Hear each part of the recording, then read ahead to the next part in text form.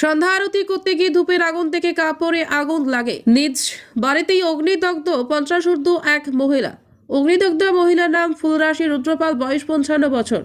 ঘটনা বৃহস্পতিবার সন্ধ্যায় খোয়াই থানার অন্তর্গত লালটিলা এলাকায়। ঘটনার বিবরণী জানা যায়, বৃহস্পতিবার সন্ধ্যায় ফুলবাসী রুদ্রপাল রোজকার মধ্য নিজ বাড়ির ঠাকুর ঘরে সন্ধ্যা আরতি করতে গেলে হঠাৎ ধূপের আগুন থেকে ফুলবাসী রুদ্রপালের পরনের কাপড়ে আগুন লেগে যায়। পরবর্তী সময় আগুনের লেলিহান শিখা শরীরের একাধিক স্থানে পৌঁছে যায়।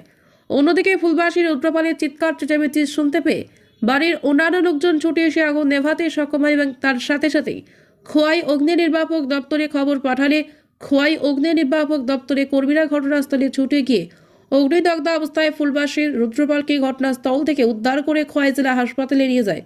খোয়াই জেলা হাসপাতালের কর্তব্যরত চিকিৎসক ওনার প্রাথমিক চিকিৎসার পর ফুলবাসী রুদ্রপালের অবস্থা গুরুতর হওয়ায় তাকে উন্নত চিকিৎসার জন্য আগরতলা জিবি হাসপাতালে রেফার করে দেয়। তবে ফুলবাসী রুদ্রপালের শরীরের একাধিক অংশ পুড়ে গেছে বলে খবর। বাড়ির থেকে নিজে নিজে আগুন লাগছে আর কি, ডুব দিঘাতে। কোন জায়গাতে? লালটিলা। মহিলার নাম কি? ফুলবাসী রুদ্রপাল। আপনারা আনছেন করতে বাড়ির থেকে? বাড়ির থেকে গিয়ে আনছেন।